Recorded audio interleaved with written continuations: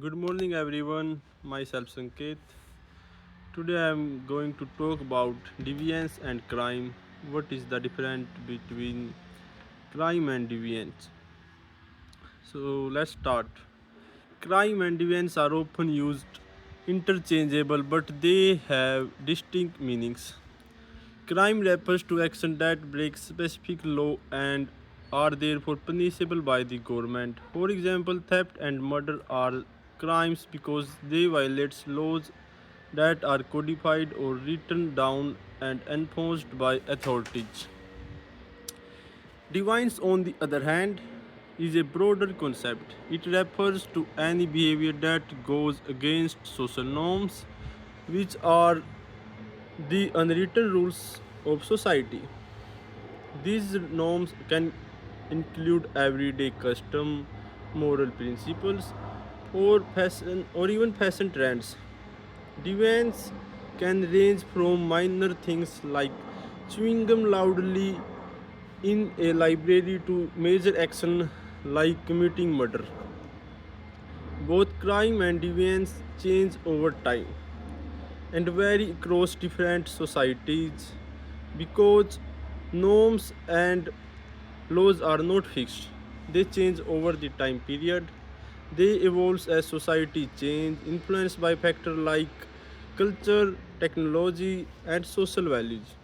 For example, what was considered acceptable behavior in the past may be seen as deviant or crime today, and vice versa.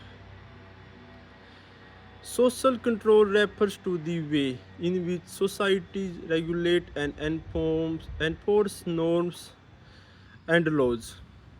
It can be formal through institutions like the legal system or informal through social interaction.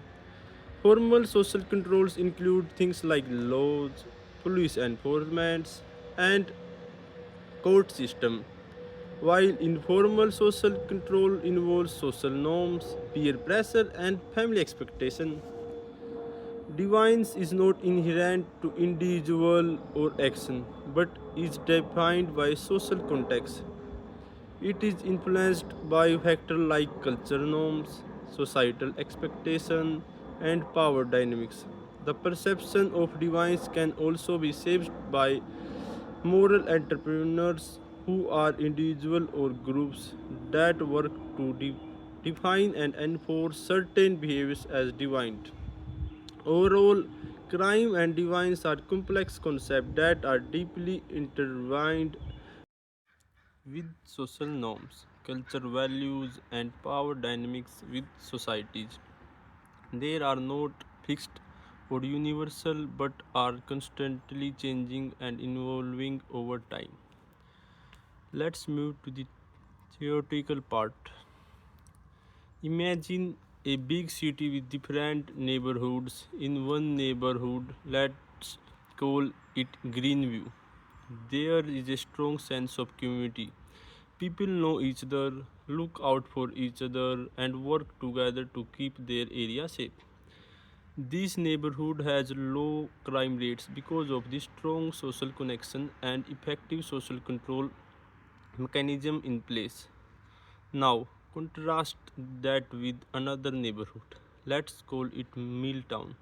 In Milltown, there is a lots of poverty, unemployment, and people moving in and out frequently.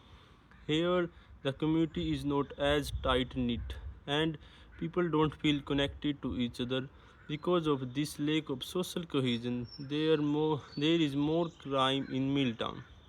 People might feel disconnected and less accountable to each other, leading to higher rates of theft, vandalism, and other crimes. Now, let's think about why some individuals might turn to crime. Take the example of a teenager named Alex. Alex lives in Milltown, where there are not many opportunities for young people. Alex's family struggles to make ends meet, and their pressure to succeed financially. However, Alex does not see a clear path to success through traditional means like education or employment. feeling this strain between wanting success but not having the means to achieve it. Alex might turn to crime like selling drugs or shoplifting as a way to make money. So, in simple terms, social disorganization theory. Communities with weak social ties like Milltown tend to have more crime because people feel disconnected and less accountable. Another social control theory. Strong social connection and effective social control, like in Greenview, help prevent crime by keeping people in line with community norms. Strain theory. Individuals like Lex facing pressure to succeed but lacking opportunities might turn to crime as a way to cope with the strain between societal goals and their reality. Talk to about conflict theory. Imagine a society like a big playground where everyone is trying to get the best toys, but some kids, let's call them the elite, always get the coolest toys, leaving others with less. Conflict theorists say crime happens because of this unequal distribution of resources. For example, if some kids hog all the toys, other might try to steal them out of frustration. Critical race theory. Picture a school where some kids always get picked last for teams because of their skin color. This theory says that racism is not just about means, word, or action, but it's also built into how society works. For instance, if a black person is more likely to get arrested for the same crime as a white person, that that's an example of how race affects who get labeled as a criminal. The impact of colonialism. Think about a game where one player keeps changing the rules to benefit themselves. This theory says that colonialism did just that. It disrupted societies, imposed unfair rules, and left behind a legacy of inequality. For example, in many colonized countries, the legal system was set up to favor the colonizers, leading to ongoing injustice. Talk about feminism. Imagine a classroom where boys always get praised for being loud and assertive, but girls get scolded for the same behavior. Feminist criminology says that gender inequality affects crime too. For instance, when women are judged more harshly for breaking the law than men, that's an example of how gender basis plays out in the justice system. Intersectionality. Now picture a Venn diagram where different circles overlap. Intersectionality says that people identities like race, gender, class intersect and shape their experience. For example, a black woman might face discrimination differently than a white woman or a black man. So when we talk about crime, we need to consider how these intersecting identities affect people's lives. Let's talk about labeling theory. Think of a classroom where the teacher labels one student as a troublemaker because they talk a lot. This theory says that when society labels someone as deviant or bad, it can actually push them to behave more deviantly.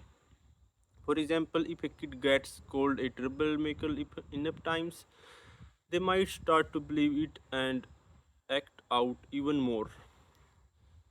Differential association theory. Picture a group of friends where some smoke cigarettes. This theory says that people learn deviant behavior from those around them. So if someone's friends do drugs, they're more likely to do drugs too. For instance, if a teenager's friend often skip school to party, then teenager might start doing the same because they say they see their friends doing it. Hence, Here a bit more detail. Labeling theory. Imagine a school where a student get caught cheating on a test. Instead of just punishing the behavior, the teacher tells the whole class about it. Now everyone sees that student as a cheater, even though it might have been the first time they cheated. This labeling can change how the students see themselves and how others treat them, possibly leading to more cheating in the future. Differential association theory.